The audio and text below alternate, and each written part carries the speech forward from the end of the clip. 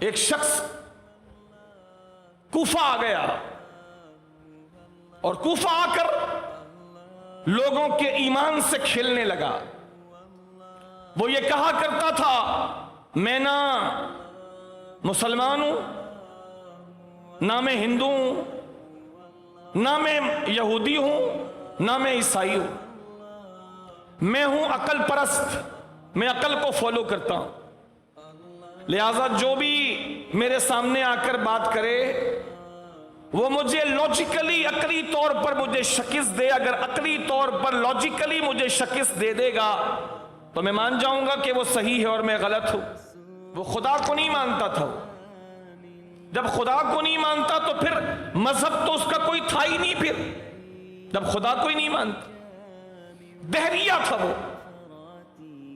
تو لوگوں میں شور ہو گیا کہ بھائی یہ لاجک منطق سے سوال کرتا ہے. قرآن اگر اس کے سامنے پڑھو تو منع کر دیتا ہے قرآن سے نہیں چاہیے، کسی اور کتاب سے نہیں چاہیے، لاجک سے جواب چاہیے. اب لوگ حیران ہو رہے ہیں کہ اس کو لاجک سے جواب کیسے دیا جائے. اس ایک شخص نے کئی لوگوں کو متاثر کر دیا. ایمان ڈاما ڈول ہونے لگے لوگوں کے. چنانچہ یہ بغداد آ گیا، آ کے اس نے پیغام پہنچایا بادشاہ وقت کے پاس، اس وقت کا جو بھی خلیفہ تھا، کہ مسلمانوں میں سے کوئی ایسا ہے جو میرے سوالوں کے جواب دے دے. زیادہ سوال نہیں ہے، 3 سوال ہے، بس 3 سوال ہے، کوئی جواب دے دے. وہ تینوں سوال اس نے بادشاہ کے پاس بھجوا دیے. تو بادشاہ نے مشورہ کرنا شروع کیا، خلیفہ نے مشورہ کرنا شروع کیا. اس کے 3 سوالوں کے جواب کون دے گا؟ علماء میں سے کون دے گا؟ کوئی چوٹی کا بندہ ہو جو بالکل اس کو لاجیکلی چاروں شانے چت کر دے. کئیوں نے ہاتھ اٹھائے، لیکن لوگوں نے کہا کہ آپ اس کو جواب دینے کے لیے کسی بڑے کو بھیجنے کے بجائے ہمارے یہاں ایک نوجوان ہے جس کا نام نعمان ہے، ثابت کا بیٹا، جن کو بعد میں دنیا نے امام اعظم ابو حنیفہ کے نام سے یاد کیا. کہا ان کو بھیج دیں. 18 سال کی عمر تھی، غالباً 18 سال. مجمع لگ گیا، لوگ آ گئے یہ مقابلہ دیکھنے کے لیے. وہ بڑی عمر کا تھا، امام اعظم کی عمر تقریباً 17-18 سال تھی، علماء بھی تھے. ایک مجمع لگ گیا. تو اس نے کہا آپ کو معلوم ہے کہ میرے 3 سوال ہیں اور 3 سوالوں کے جواب لاجک سے دینے، لاجک سے، عقل سے دینے. امام اعظم نے ارشاد فرمایا ٹھیک ہے سوال کرو.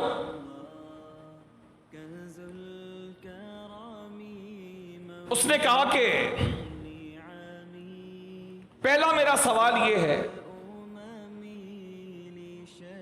کہ آپ یہ بتا دیں کہ آپ یہ کہتے ہیں کہ اللہ ایک ہے، اللہ ایک ہے، تو اللہ سے پہلے کیا ہے؟ سب کو اللہ نے پیدا کیا، تو اللہ سے پہلے کیا ہے؟ اللہ کو کس نے پیدا کیا؟ یعنی اللہ سے پہلے بھی تو کوئی ہوگا. یہ بات مجھے لاجک سے سمجھا دے کہ اللہ سے پہلے کوئی نہیں ہے. آپ مسلمان کہتے ہو کہ اللہ سے پہلے کوئی نہیں ہے، تو بس یہ مجھے لاجک سے سمجھا دے کہ کیسے ممکن ہے کہ سب اللہ کے بعد ہے لیکن اللہ کسی کے بعد نہیں بلکہ اللہ سب سے پہلے ہے. تو اللہ سے پہلے کوئی نہیں، تو آپ کے اللہ سے پہلے کوئی نہیں ہے، آپ کے اللہ سے اوپر کوئی نہیں ہے. یہ بات سمجھا دے لاجک سے. تو فرمائیے تو بہت آسان بات ہے، یہی ثابت کرنا ہے نا کہ اللہ سے پہلے کوئی نہیں ہے. یہی ثابت کرنا ہے. کہاں یہی ثابت کرنا ہے کہ آپ کے اللہ سے پہلے کوئی نہیں. تو امام اعظم نے ارشاد فرمایا آسان ہے، تم ایسا کرو گنتی گننا شروع کرو الٹی، 10 سے لے کر پیچھے آؤ، گنتے جاؤ. اس نے گنتی شروع کی عربی میں آپ کو اردو میں بتا دیتا ہوں. اس نے کہا 10 9 8 7 6 5 4 سب سنتے رہے. کہا ٹھیک ہے. کہا 3 کہا صحیح ہے. کہا 2 کہا صحیح ہے. کہا 1 کہا صحیح ہے. کہا پھر 1 کے بعد کہا 1 پہ ختم ہے. اس نے کہا 1 پہ تو ختم ہے گنتی. کہا جس طرح 10 سے 9 9 سے 8 7 6 5 4 3 2 ہر 10 سے پہلے کوئی تھا، 10 سے پہلے 9 تھا، 9 سے پہلے 8، 8 سے پہلے 7، 7 سے پہلے 6، 6 سے پہلے 5، 5 سے پہلے 4، 4 سے پہلے 3، 3 سے پہلے 2، اور 2 سے پہلے 1، اور پھر تو نے خود کہا کہ 1 سے پہلے کچھ نہیں، تو میرا خدا بھی ایک ہے اور میرا خدا سے پہلے کچھ نہیں۔ اس نے کہا بات تو ٹھیک ہے، کہا یہ تو ٹھیک ہو گیا، یہ میں مان گیا کہ واقعی تو نے مجھے لاجواب کر دیا۔ کہا ایک سوال اور ہے۔ کہا کیا؟ کہا تم مسلمان کہتے ہو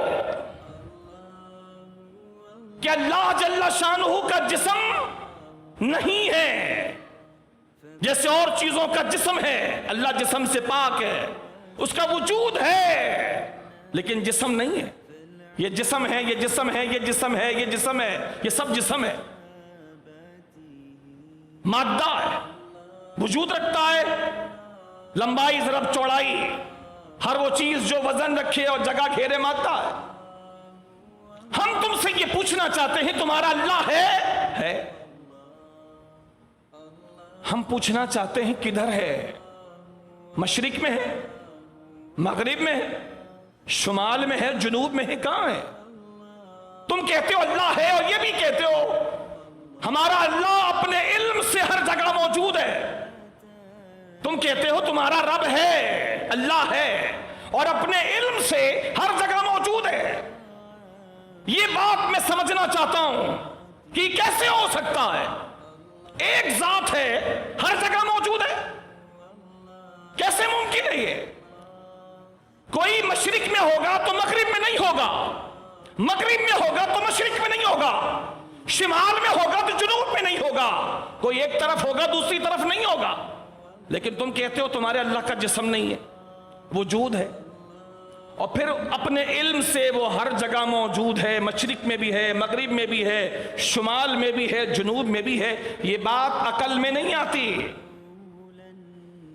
امام اعظم نے 17-18 سال کی عمر ہے، ارشاد فرمایا کہ ایک شمع منگوائی جائے، کینڈل، موم بتی منگوائی جائے، موم بتی منگوائی گئی، موم بتی جلائی گئی، جب موم بتی روشن ہو گئی، اس کی روشنی چاروں طرف پھیلنے لگی، تو امام اعظم نے اس بندے سے پوچھا یہ موم بتی ہے؟ کہا ہے۔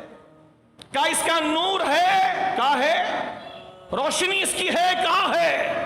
کہا مجھے یہ بتا دے اس کی روشنی دائیں طرف ہے یا بائیں طرف ہے یا سامنے کی طرف ہے یا پیچھے کی طرف ہے؟ اس نے کہا یہ تو نور ہے اور نور اس کا چاروں طرف ہے۔ فرمایا میرا خدا بھی نور ہے، اس کی روشنی چاروں طرف ہے۔ اس نے کہا آخری سوال ہے، 2 سوالوں کے جواب لاجیکلی مجھے مل گئے، آخری سوال، تیسرا سوال یہ ہے کہ تمہارے قرآن میں لکھا ہے کہ تمہارے رب کی ہر روز ایک نئی شان ہے، ہر روز تمہارے رب کو ایک نیا کام ہے۔ تمہارا رب کائنات کی تدبیر فرما رہا ہے، کائنات وہی چلا رہا ہے۔ تمہارا قرآن کہتا ہے کہ ہر روز تیرے رب کی ایک نئی شان ہے، ہر روز تیرے رب کو ایک نیا کام ہے۔ ہم یہ پوچھنا چاہتے ہیں کہ اس وقت تم بتا سکتے ہو تمہارا رب کیا کر رہا ہے؟ یہ بتا سکتے ہو اس وقت تمہارا رب کیا کر رہا ہے؟ امام اعظم نے ارشاد فرمایا آپ سوال کرنے والے ہیں، میں جواب دینے والا ہوں۔ آپ اوپر کرسی پہ بیٹھے ہیں، میں نیچے کھڑے ہو کے جواب دے رہا ہوں۔ حالانکہ سوال کرنے والا اس جگہ پہ کھڑا ہونا چاہیے جہاں میں کھڑا ہوں، جواب دینے والے کو کرسی پر بیٹھنا چاہیے، چونکہ وہ علم میں زیادہ ہے اور جواب دے رہا ہے، ایسے ہی ہونا چاہیے۔ اس نے کہا بات تو تمہاری ٹھیک ہے۔ امام اعظم نے ارشاد فرمایا پھر آپ میری جگہ پر آ کے کھڑے ہو جائیں اور میں جا کر کے اوپر کرسی پر بیٹھ جاؤں، پھر آپ دوبارہ سوال کرنا یہی والا، تو میں آپ کو جواب دیتا ہوں۔ وہ بندہ کرسی سے اٹھا اور اٹھنے کے بعد جا کے سامنے کھڑا ہو گیا جہاں امام اعظم کھڑے ہو کے جواب دے رہے تھے۔ امام اعظم 17-18 سال کے ہیں، جا کے کرسی پر شان سے بیٹھ گئے۔ فرمایا کہ اب سوال کرے۔ اس نے پھر سوال کیا کہ تمہارا قرآن کہتا ہے کہ تمہارے رب کو ہر روز ایک نیا کام ہے، تمہارے رب کی ہر روز نئی شان ہے. میں یہ پوچھنا چاہتا ہوں تمہارا رب کیا کیا کرتا ہے اور ابھی تمہارا رب اس وقت کیا کر رہا ہے؟ تو امام اعظم نے جواباً ارشاد فرمایا سنو میرے رب کی شان بہت اونچی ہے، اس کے کاموں کو وہی جانتا ہے کہ کیا کیا کر رہا ہے، اسی کو معلوم ہے کہ وہ کیا کیا کر رہا ہے. لیکن ایک بات جو میں جان چکا ہوں وہ یہ ہے کہ ابھی ابھی میرے خدا نے ایک بہت بڑا کام کیا ہے، وہ یہ کہ اللہ نے اپنے نہ ماننے والے کو ذلیل کر کے سامنے کھڑا کر دیا ہے اور ماننے والے کو کرسی پر بٹھا کے عزت کا تاج عطا فرما دیا. یہ ہے شان علماء کی، یہ ہے شان علماء، یہ ہے علم کی شان. جتنے لوگ تھے جو ڈانبا ڈول ہو رہے تھے سب ایمان پر دوبارہ جم گئے. جن کا ایمان خطرے میں آ چکا تھا اس کے سوالات کی بنیاد پر ایک امام اعظم نے 17 یا 18 سال کی عمر میں دوبارہ سبوں کو زیادہ ایمان پر ثابت قدم کر دیا. یہ ہے علم کی شان.